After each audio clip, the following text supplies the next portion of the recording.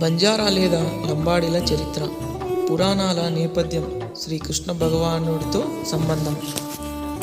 జానపద కథల ప్రకారం బంజారాలు తాము శ్రీకృష్ణ పరమాత్మ కాలం నాటి వరమని నమ్ముతారు. శ్రీకృష్ణుడి భక్తుడైన భక్త సిర్పయ్య లేదా శివలాల్ మహారాజ్ వంశీయులు వీరికి ఆరాధ్య దైవం.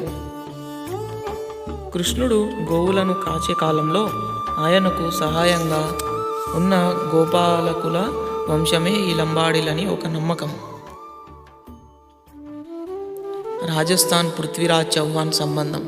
చారిత్రక జానపద గాథల ప్రకారం వీరు మూలాంతం రాజస్థాన్కు చెందిన రాజపుత్రులు.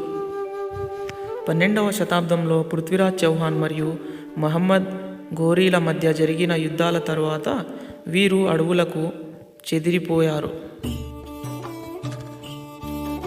దేశ సంచార జీవనం గడుపుతూ యుద్ధ సమయంలో సైన్యానికి అవసరమైన ఆహారం, ధాన్యాలు, ఉప్పు, పప్పులు ఇట్ల బండ్ల మీద సరఫరా చేసేవారు. అందుకే వీరిని బంజారా, వాణిజ్యకారులు లేదా అడవుల్లో సంచరించేవారు అని పిలిచేవారు. సేవాలాల్ మహారాజ్ ఆధ్యాత్మిక నాయకుడు. బంజారాల కథలో అత్యంత ముఖ్యమైన వ్యక్తి సద్గురు సేవాలాల్ మహారాజ్.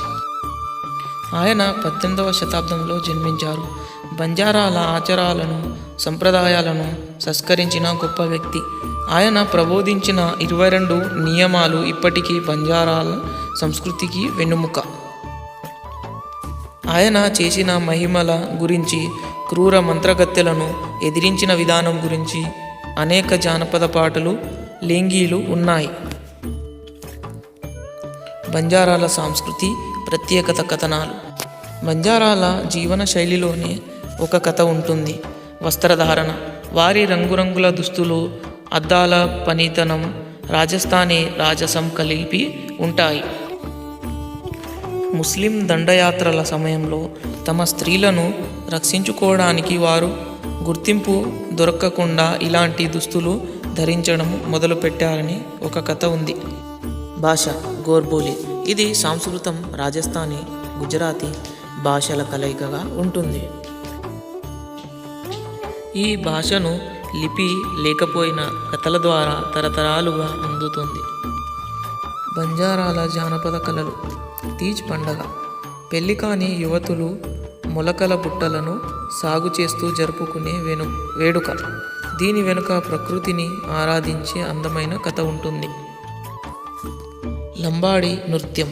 ఇది కేవలం వినోదం కాదు, వారి పూర్వీకుల కష్టాలను, పంటల సాగును వర్ణించే ఒక గీతమాలిక. ప్లీజ్ డూ సపోర్ట్ మనసు మాట 1 YouTube channel. Like, share and subscribe.